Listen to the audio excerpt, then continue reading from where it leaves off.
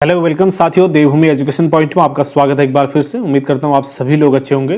तो साथियों, यहाँ पर एक नए वीडियो के साथ आप लोगों के साथ मैं आज फिर से हाजिर हूँ। तो देवभूमि एजुकेशन पॉइंट आपके लिए विभिन्न प्रकार के एजुकेशनल वीडियोस लेकर आता है दोस्तों। यहाँ पर आपको practice set, model paper, previous year paper, crash course, MCQs, one liner question के साथ साथ आपको सब्जेक्टिव वीडियोज़ मिलते हैं जो हम प्रत्येक चैप्टर से वगैरह कराते हैं। तो आपका स्वागत है हमारे यूट्यूब चैनल में।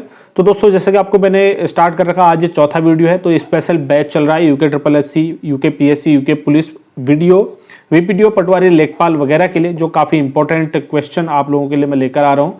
और इसमें जो ये सीरीज है दोस्तों, यहाँ पर मैं आपको हमेशा बोलता हूँ, जितने भी एमसीक्यूज हम एक सेशन में करते हैं, चाहे 30 करें, 20 करें, 40 करें, तो उन सभी को हम डिटेल में पढ़ते हैं। आप ये मत सोचें कि क्वेश्चन जो है इजी है, ठीक है। तो क्वेश्चन इजी है, लेकिन आपको अगर क्वेश्चन इजी होगा तो उसके साथ ही साथ उससे रिलेटेड आपको 50 चीज़ें सीखने को मिलेंगी।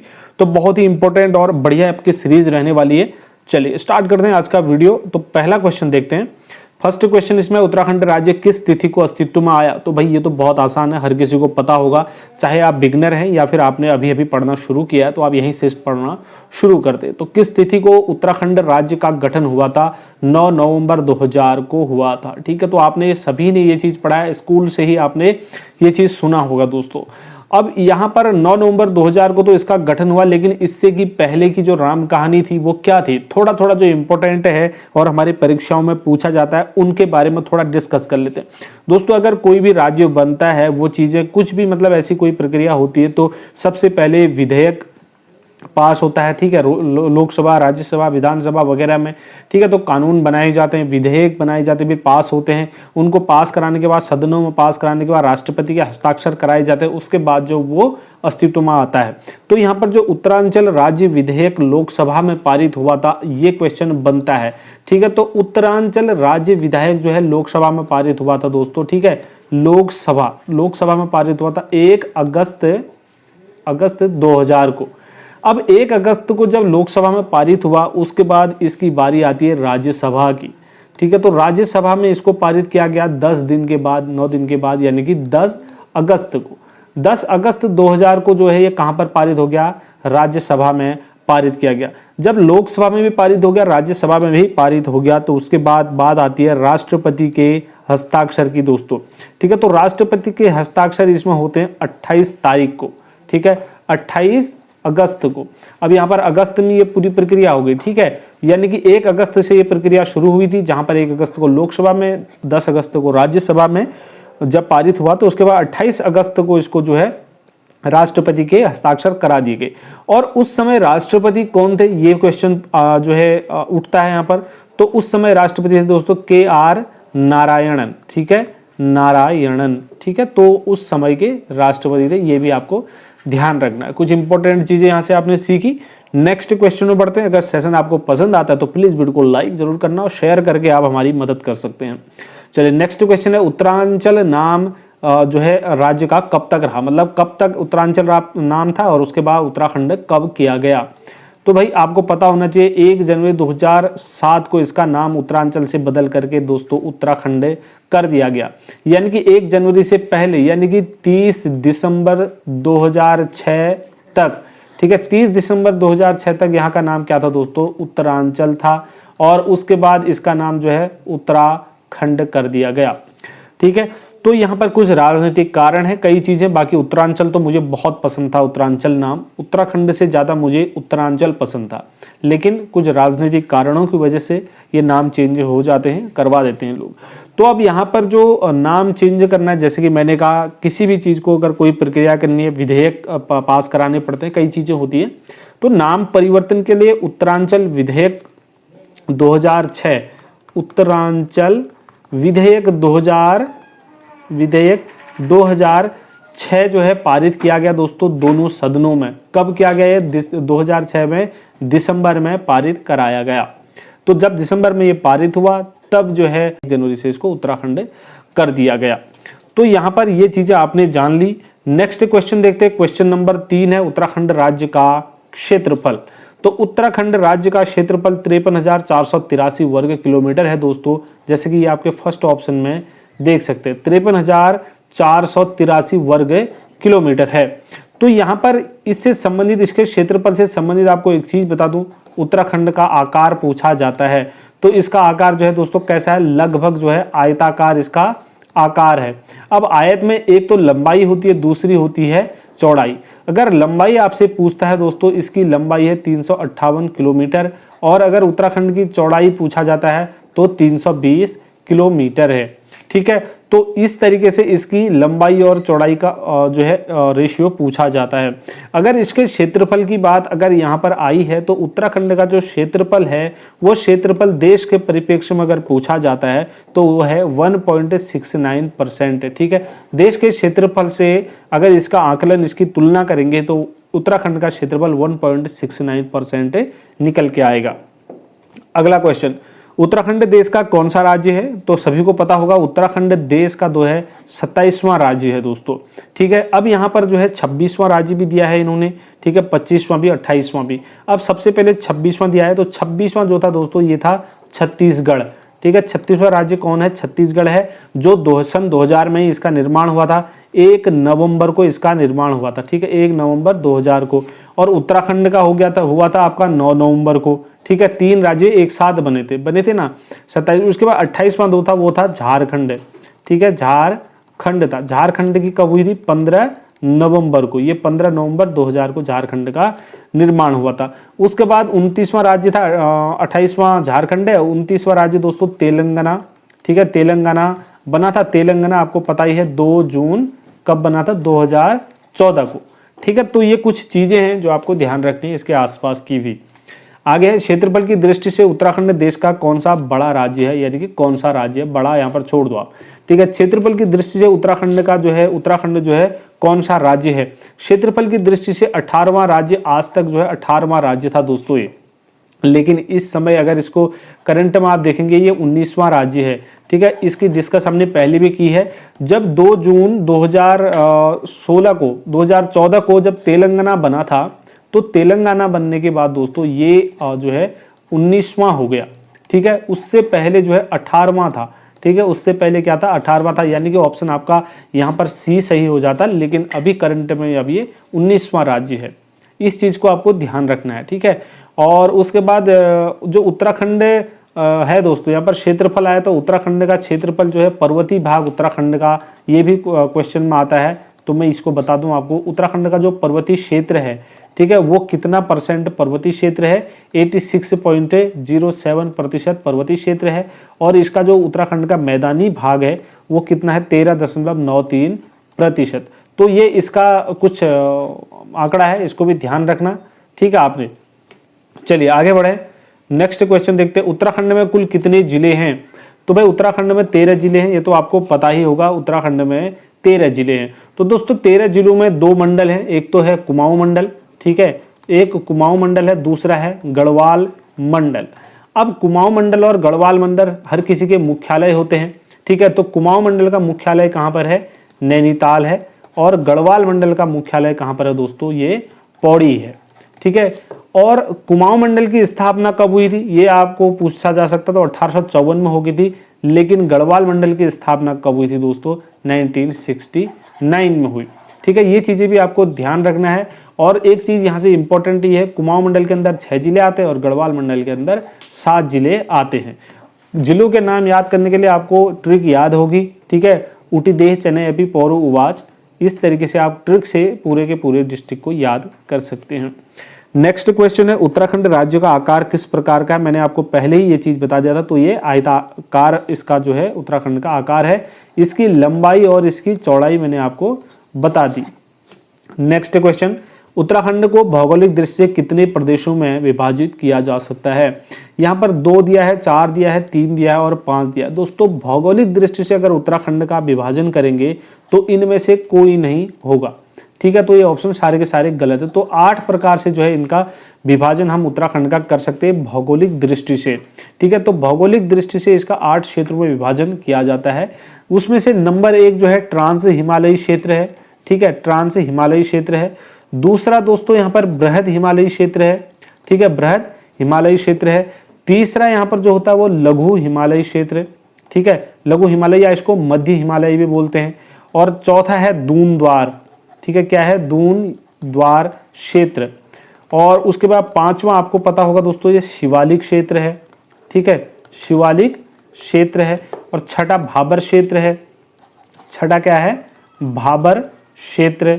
और सातवां है दोस्तों तराई क्षेत्र, ठीक है, सातवां तराई। और आठवां जो है वो है गंगा का मैदानी क्षेत्र, ठीक है, मैदानी क्षेत्र। तो इसके क्षेत्रफल को अगर बांटेंगे तो 8 तरीके से इसका विभाजन किया जा सकता है, ठीक है। चलिए आगे बढ़ते हैं। नेक्स्ट है उत्तराखंड राज्य की घोषणा सर्वप्रथम भारत के किस प्रधानमंत्री ने की थी? तो भाई भारत के किस प्रधानमंत्री ने की थी? सबसे पहले उत्तराखंड राज्य की घोषणा एच.डी. देवगौड़ा ने की थी, ठीक है। तो यहाँ पर आप देख सकते हैं एच.डी. देवगौड़ा के बारे में। तो इन्होंने जो है ये लाल किले की दीवार से या प्राचीर से की थी, ठीक है, लाल किले की प्राचीर से। तो लाल किला कहाँ पर है भाई? दिल्ली में लाल किला है। अब कब की थी ये आपसे कोई अगर क्वेश्चन पूछता है तो ये की थी इन्होंने 15 अगस्त के अवसर पर 1996 को, ठीक है। तो 15 अगस्त 1996 को लाल किले की प्राचीर से एच.डी. देवगौड़ा ने पहली बार उत्तराखंड राज्य की घोषणा की थी, ठीक है, ये चीज आपको ध्यान रखनी है। नेक्स्ट है उत्तराखंड के गठन हेतु मुलायम सिंह यादव ने किस समिति का गठन किया था? तो ये किस समिति का किया था? कौशिक समिति का किया था, ठीक है। किस लिए? उत्तराखंड राज्य के गठन के लिए। अब यहां पर एक चीज और आया है, दीक्षित आयोग। तो दीक्षित आयोग जो है उत्तराखंड की स्थायी राज्य बनाने के लिए, उत्तराखंड की स्थायी राजधानी, राज्य बोल रहा हूं, तो उत्तराखंड की स्थायी राजधानी के लिए जो है स्थायी राजधानी के लिए जो है दीक्षित आयोग का गठन किया गया था। कब? 11 जनवरी 2001 को, ठीक है, ये भी आपको ध्यान रखना है। उसके बाद यहाँ पर फजल अली आयोग है दोस्तों। फजल अली आयोग क्या था? ये था राज्य पुनर्गठन से संबंधित है, ठीक है, राज्य पुनर्गठन से संबंधित आयोग है फजल अली आयोग। तो दिसंबर 1953 में इसकी स्थापना हुई थी, इसका गठन किया गया था, ठीक है। उसके बाद पंत समिति यहाँ पर आया। तो पंत समिति जहाँ तक मेरा मानना है वो राजभाषा से संबंधित है, ठीक है, राजभाषा से संबंधित है। बाकी आप कमेंट करके करेक्ट मुझे कर सकते हैं। नेक्स्ट क्वेश्चन है उत्तराखंड सरकार ने स्थायी राजधानी तथा परिसीमन के लिए किस आयोग का गठन किया? तो स्थायी राजधानी के लिए मैंने आपको बताया था किसका गठन किया था? दीक्षित आयोग का गठन किया था, ठीक है। बाकी कौशिक समिति मैंने आपको बता दिया, तो दीक्षित आयोग का गठन इन्होंने किया। बाकी इसमें एक कृष्णमाचारी आयोग है दोस्तों। तो कृष्णमाचारी आयोग जो है ये पंचायती राज से संबंधित है, ठीक है, पंचायती राज अधिनियम से संबंधित है। और इसकी स्थापना हो सकता है आपसे कई पूछ दे एग्जाम में, तो ये 1960 में इसकी स्थापना हुई थी। किस आयोग की? कृष्णमाचारी आयोग की स्थापना। नेक्स्ट क्वेश्चन है उत्तराखंड राज्य विधेयक को राष्ट्रपति ने किस तिथि को अपनी स्वीकृति दी थी? तो राष्ट्रपति ने किस तिथि को मैंने आपको बताया था उस दिन फर्स्ट में, ठीक है। 1 तारीख को राज्यसभा में हुआ था, सॉरी लोकसभा में, और 10 तारीख को राज्यसभा में हुआ था, और 28 तारीख को क्या क्या था, हमारे प्रेसिडेंट ने इस पर क्या कर दिए थे? साइन कर दिए थे। तो यहाँ पर 28 अगस्त आपका सीधे सीधे सही जवाब हो जाएगा। और कौन थे उसमें राष्ट्रपति? के.आर. नारायणन। अगला है उत्तराखंड के डीजीपी पुलिस हैं, वर्तमान की बात करते हैं, ठीक है। अगर वर्तमान में बात करेंगे आप तो 2022 में, तो ये दोस्तों इनमें से कोई भी नहीं है। आपको मैंने ये कल भी बताया था, अशोक कुमार जी हैं इसमें, ठीक है, अशोक कुमार हैं। अब यहाँ पर डीजीपी आया है। तो डीजीपी का पूरा नाम ही कई लोगों को पता नहीं होगा, तो मैं आपको बता दूं दोस्तों, इसका पूरा नाम होता है director general of police, director general of police, ठीक है। तो डायरेक्टर जनरल ऑफ पुलिस होता है डीजीपी का पूरा नाम। ये मुखिया होते हैं पुलिस विभाग के। तो जो इस समय अशोक कुमार है ये 1989 बैच के या 1989 कैडर के जो है आईपीएस अधिकारी हैं, ठीक है। आगे बढ़ते हैं। क्षेत्रफल की दृष्टि से उत्तराखंड का सबसे बड़ा जनपद कौन सा है? तो सबसे बड़ा जनपद चमोली है दोस्तों। इस जनपद का क्षेत्रफल कितना वर्ग किलोमीटर है? अच्छा, उत्तर इसने खुद बता रखा है और इसका कितना वर्ग किलोमीटर है। अब देखिए यहाँ पर क्षेत्रफल की दृष्टि से अगर आपको मैं बताऊं तो सबसे बड़ा है चमोली, जिसका वर्ग क्षेत्रफल की बात करेंगे तो 8030 वर्ग किलोमीटर है, ठीक है। और इसके बाद आता है उत्तरकाशी का नंबर दोस्तों। उत्तरकाशी का क्षेत्रफल 8016 वर्ग किलोमीटर। यहाँ पर कई दुविधाएं भी जो है देखने को मिलती है, कहीं पर उत्तरकाशी ज़्यादा बड़ा दिया होता है, कहीं पर चमोली, लेकिन हम चमोली मानते हैं और परीक्षा वाणी भी चमोली ही मानती है। तो यहाँ पर मैंने आपको बता दिया। अगर क्वेश्चन में आपसे छोटा पूछा होता तो छोटा कौन है? चंपावत है, ठीक है, सबसे छोटा चंपावत है। चंपावत का क्षेत्रफल कितना है? 1766 किलोमीटर स्क्वायर, ठीक है, वर्ग किलोमीटर।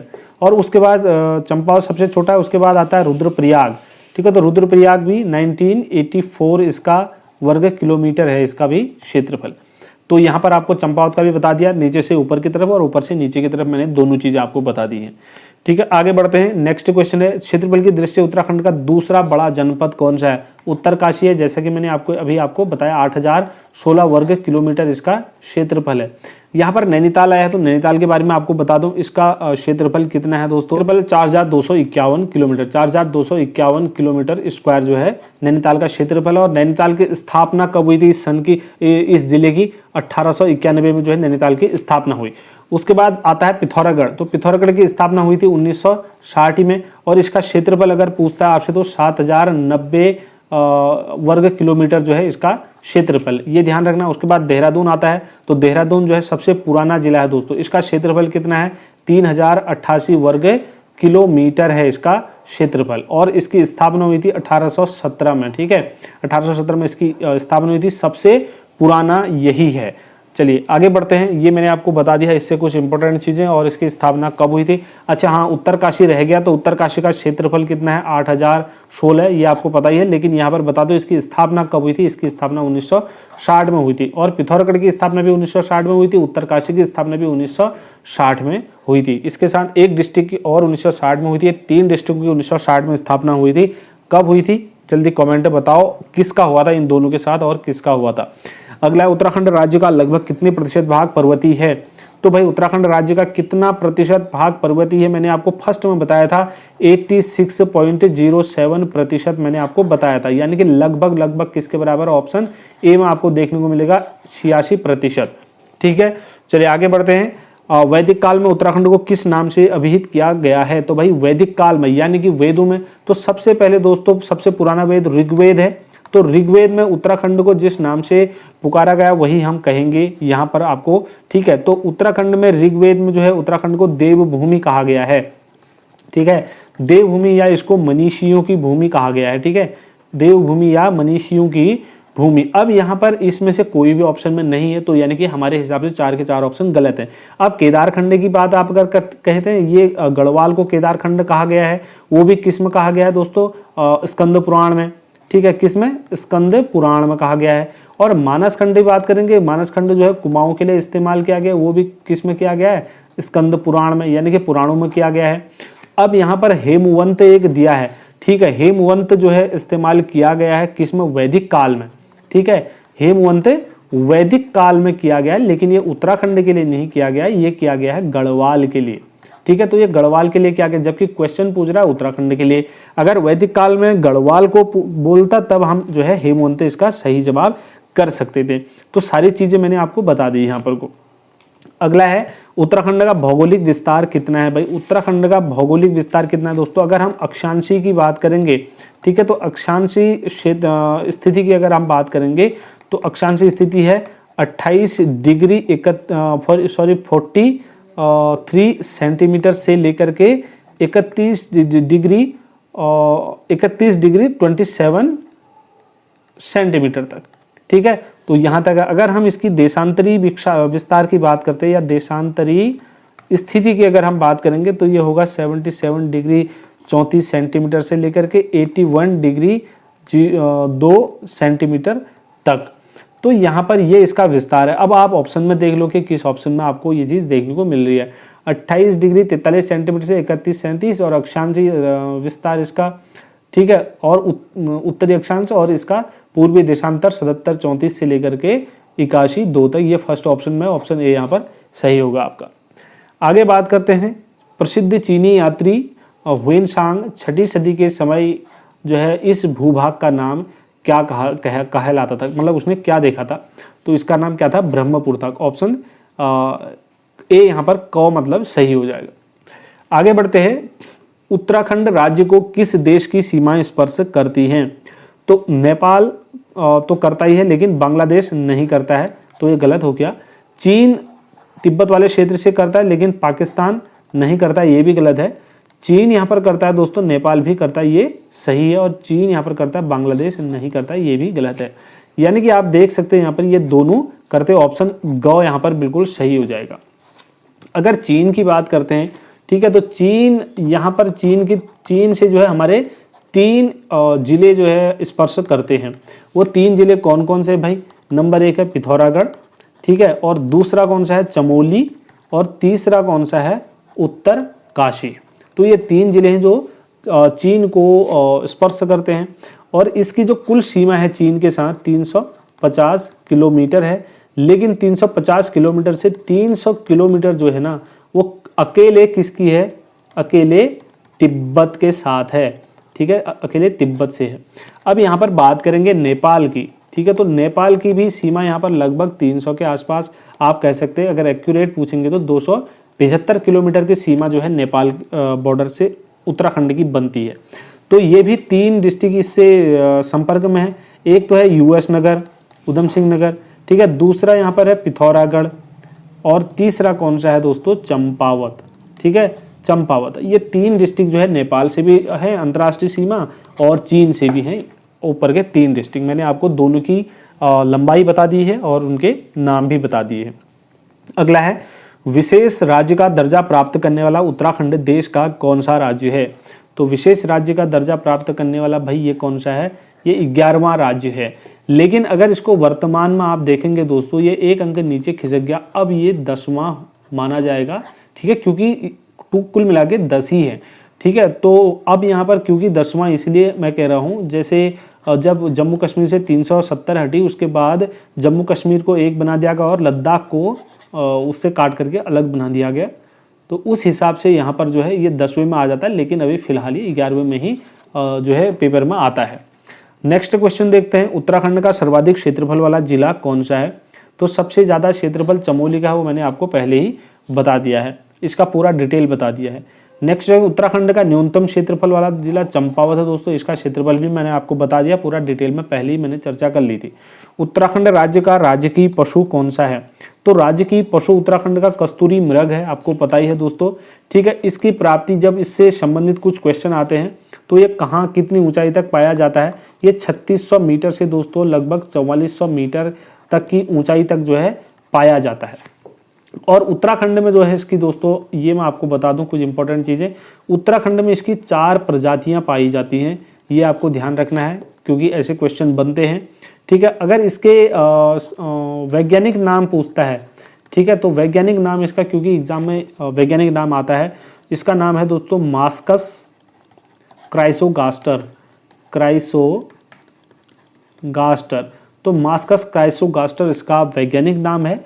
और जो कस्तूरी होती है, कस्तूरी मृग से कस्तूरी प्राप्त की जाती है, तो ये जो नर कस्तूरी होती है, नर से कस्तूरी प्राप्त की जाती है, और एक बार में इससे जो है 30 से लगभग 45 ग्राम कस्तूरी प्राप्त आप कर सकते हैं, और इस कस्तूरी को प्रत्येक 3 साल या के अंतराल में आप प्राप्त कर सकते हैं। तो यहाँ पर ये चीज़ें आपने देख ली हैं, और आगे बढ़ते हैं नेक्स्ट क्वेश्चन की तरफ। अगला क्वेश्चन है, उत्तराखंड सरकार ने राज्य पक्षी घोषित किया है, तो राज्य पक्षी हमारा क्या है भाई? मोनाल हमारा राज्य पक्षी है, ठीक है। मोनाल उत्तराखंड का राज्य पक्षी होने के साथ साथ हिमाचल का भी राज्य पक्षी है, ठीक है। और अगर अन्य देश की बात करेंगे तो ये नेपाल का भी राष्ट्रीय पक्षी है, ठीक है। तो नेशनल बर्ड जो है नेपाल का क्या है? मोनाल ही है, ये चीज़ आपको ध्यान रखना है। उसके बाद इसमें जो मेन क्वेश्चन बार बार पूछा जाता है वो ये है कि मोनाल का वैज्ञानिक नाम क्या है, ठीक है। मोनाल का वैज्ञानिक नाम पूछा जाता है, इसका वैज्ञानिक नाम क्या है? लोफोफोरस इम्पीजेनस, तो इसका ये वैज्ञानिक नाम है, ठीक है। लोफोफोरस इम्पीजेनस का वैज्ञानिक नाम है। और इसमें जो मोनाल है दोस्तों, मोनाल की दो प्रजातियां हैं, दोनों एक ही चीज़ है। जैसे मोनाल जो होता है, मोनाल क्या होता है? मादा पक्षी होता है, ठीक है, मादा पक्षी होता है। अगर इसी का जो नर पक्षी होता है उसको बोलते हैं डफिया, ठीक है। जो डफिया होता है ये नर पक्षी होता है, ये चीज़ आपको ध्यान रखना, कई बार घुमा के थोड़ा पूछ ले तो। अगला क्वेश्चन है, उत्तराखंड सरकार ने राज्य वृक्ष घोषित किया, तो राज्य वृक्ष तो बुरांस है, आपको पता ही है, इस समय बुरांस खिल रहा है, ठीक है। और इसकी प्राप्त अगर बात करेंगे तो ये 1500 मीटर से लगभग जो है 4000 मीटर की ऊंचाई तक ये बुरांस पाया जाता है। और इसमें जो है लगभग 11,000 फुट की ऊंचाई पर आप चले जाएंगे तो वहाँ पर आपको सफ़ेद बुरांश देखने को मिलेंगे दोस्तों। ठीक है, सफ़ेद बुरांश। तो सफ़ेद बुरांश जो है राज्य में कितनी ऊंचाई पर पाई जाते हैं ये पूछा जाता है, तो लगभग 11,000 फुट की ऊंचाई पर सफ़ेद बुरांश पाए जाते हैं। इसका जो साइंटिफिक नेम है दोस्तों, ठीक है, साइंटिफिक नेम भी पूछा जाता है तो वह है रोडोडेंड्रॉन अर्बेरियम। ठीक है, रोडोडेंड्रॉन अर्बेरियम, क्योंकि ये पूछे जाते हैं, ये आपको ध्यान रखना है दोस्तों। यहाँ पर एक इम्पोर्टेंट ये है, इसको जो है संरक्षित वृक्ष घोषित किया गया। ठीक है, संरक्षित वृक्ष ये घोषित किया गया, कब किया गया या किसके द्वारा किया गया? वन अधिनियम 1974 के द्वारा। ठीक है, वन अधिनियम 1974 द्वारा इसको जो है वन अधिनियम 1974 के द्वारा इसको संरक्षित वृक्ष घोषित किया गया। ये चीज़ भी ध्यान रखना। और लेकिन इसके बावजूद भी इसको संरक्षित नहीं किया जा रहा है, इसका अंधाधुंध कटान हो रहा है और ये बहुत ही मतलब कम हो गया है। तो वहाँ पर अगर नेक्स्ट क्वेश्चन देखते हैं, उत्तराखंड सरकार ने राज्य पुष्प घोषित किया है, तो राज्य पुष्प हमारा ब्रह्म कमल है। ठीक है, तो इसकी उपस्थिति की अगर बात करेंगे तो 4800 मीटर से लगभग ये 6000 मीटर की ऊंचाई पर जो है ब्रह्म कमल पाया जाता है। इसका वैज्ञानिक नाम अगर पूछता है दोस्तों आपसे तो वो है सोसूरिया अबवेलेटा। तो सोसूरिया अबवेलेटा इसका वैज्ञानिक नाम है। और महाभारत में इसको एक नाम से पुकारा गया है, वो एग्जाम में आता है कई बार, सौगंधिक पुष्प। ठीक है, तो सौगंधिक पुष्प किसको कहा गया है? महाभारत में ब्रह्म कमल को ही कहा गया। महाभारत का जो वन पर्वों वाला क्षेत्र है, खंड है, उसमें इसको सौगंधिक पुष्प कहा गया है। अगला क्वेश्चन 28वां देखते हैं, उत्तराखंड की कितनी प्रतिशत भूमि कृषि योग्य भूमि है? तो भाई ये 13.2% भूमि जो है कृषि योग्य भूमि है। दोस्तों राज्य का जो कुल प्रतिवेदित क्षेत्रफल है उसका लगभग 12.5% भाग जो है पर क्या की जाती है? कृषि की जाती है। ठीक है, जो कृषि होती है कुल मिला के कुल प्रतिवेदित क्षेत्र जो है, क्षेत्रफल जो है, उसमें जो कृषि होती है वो 12.5% भाग पर ही होती है। अगला क्वेश्चन है, उत्तराखंड राज्य का कुल सिंचित क्षेत्रफल कितने हेक्टेयर है? तो कुल सिंचित क्षेत्रफल जो है 54,000। ये यहाँ पर एक भी ऑप्शन में वो चीज़ देखने को नहीं मिल रही है, लेकिन जो आसपास है तो वो ऑप्शन क वाला है। 54, ये देखिए आपको बता दूँ, 5,42,866 होगा, 5,42,866 हेक्टेयर। ठीक है, तो इतनी भूमि जो है कुल सिंचित क्षेत्र कितना है?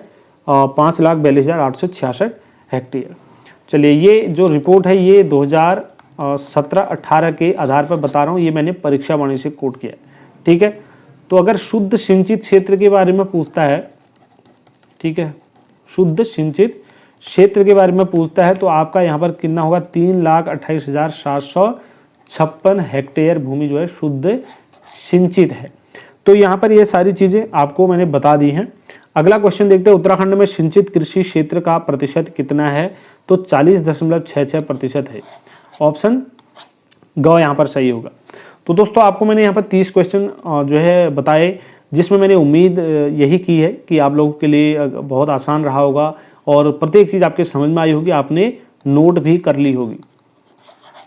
तो देवभूमि एजुकेशन पॉइंट पर आपको प्रत्येक दिन ऐसे ही वीडियोस मिलते रहेंगे। तो इसमें आपको practice set, model paper, previous paper, crash course, MCQs, one liner question और सब्जेक्टिव वीडियोज आपको प्रत्येक टॉपिक पर मिलेंगे। और इस वीडियो में इतना ही है। आपको जैसा भी लगा आप अपनी क्रिया प्रतिक्रिया कमेंट में जरूर देना। नेक्स्ट वीडियो मिलेंगे, तब तक ढेर सारी शुभकामनाएं। धन्यवाद।